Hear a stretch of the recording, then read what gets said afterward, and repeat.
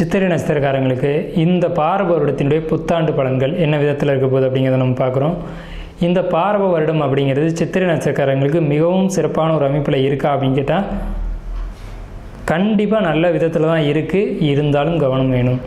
தொழிலை பொறுத்த வரைக்கும் கவனத்தோடு செயல்படுங்க. தொழிலை தவிர்த்து தொழிலே முதல்ல என்னென்னு கேட்டிங்கன்னா தொழிலில் கடன் வாங்கி தான் செய்யக்கூடிய நிலை வரும். அகலக்கால் வச்சிடாதீங்க. தொழிலில் ஒவ்வொரு ஸ்டெப்பும் கவனத்தோடு எடுத்து வைங்க. தொழிலில் ஒவ்வொரு முயற்சிகளும் கவனமாக இருக்கணும். அவங்க சொல்கிறாங்க, இவங்க சொல்கிறாங்க, நண்பர்கள் சொல்கிறாங்க அப்படின்னு போய் எதுலையும் மாட்டிக்கூடாது. ஏன்னா சித்திரை நட்சத்திரக்காரங்களுக்கு நண்பர்களால் பிரச்சனைகள் வரக்கூடிய காலகட்டம் இந்த பாரப வருடம் அப்படிங்கிறது. நண்பர்களே துரோகியாகக்கூடிய ஒரு அமைப்பு அப்படிங்கிறது இந்த பாரப வருடத்தில் உண்டு. நண்பர்களை நம்பி ஏமாறக்கூடிய அமைப்பு அப்படிங்கிறது பாரப வருடத்தில் நிச்சயம் வரும். ஸோ நண்பர்களை முழுமையாக நம்ப வேணாம். அதுக்காக நண்பர்களே நம்ப வேண்டாம் அப்படின்னு நம்ம சொல்ல. நண்பர்களால் பிரச்சனை அப்படிங்கிறதுனால நண்பர்கள் விட்டு நம்ம விலகி இருப்பது நல்லது. யாரையும் நம்ம நட்புன்னு ஏற்றுக்க வேணாம், பகைச்சும் போக வேணாம்.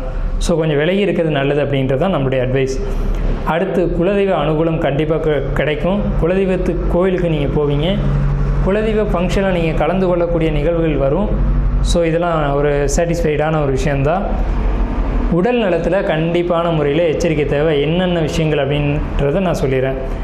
எலும்பு மஜ்ஜை, முட்டு வலி, வயசானவங்க இருந்தால் மூட்டு வலி, பெண்களாக இருந்தால் மூட்டி வலி, அதே மாதிரி நரம்பு சம்மந்தப்பட்ட பிரச்சனைகள், தலை சம்மந்தப்பட்ட பிரச்சனைகள் வரக்கூடிய வாய்ப்புகள் நிச்சயமான முறையில் உள்ளது. அதனால் நீங்கள் கவனமாக இருந்துக்கணும்.